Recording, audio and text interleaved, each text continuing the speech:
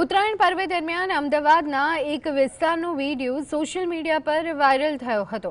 વિડીયોમાં મસ્જિદના લાઉડસ્પીકર પરથી પતંગ ન ઉડાડવા અપીલ કરાઈ રહી હતી અને કહેવાઈ રહ્યું હતું કે ઉત્તરાયણ તહેવાર આપણો ન હોવાથી ધાબા પરથી નીચે ઉતરવા અપીલ કરાઈ। આ વિડીયો કયા વિસ્તારનો છે તે હજી સુધી સ્પષ્ટ થયું નથી। જો કે આ બાબતને લઈ અને કોંગ્રેસના ધારાસભ્ય ઇમરાન ખેડાવાલાએ કહ્યું કે પતંગ બનાવવાનું કામ મોટે ભાગે મુસ્લિમ સમાજના ભાઈ બહેન કરે છે। મુસ્લિમ સમાજ પણ ઉત્તરાયણ પર્વ ઉજવે છે, પરંતુ જે રીતે વિડીયોમાં જણાય છે તે માહોલને બગાડવાની વાત છે। આ અંગે સરકારે તપાસ કરવાની જરૂર છે। મારા મત પ્રમાણે આ કોઈ એવી વસ્તુ નથી કે જેને લોકોએ ખાસ કોઈ ટાર્ગેટ બનાવીને વાત કરવી જોઈએ।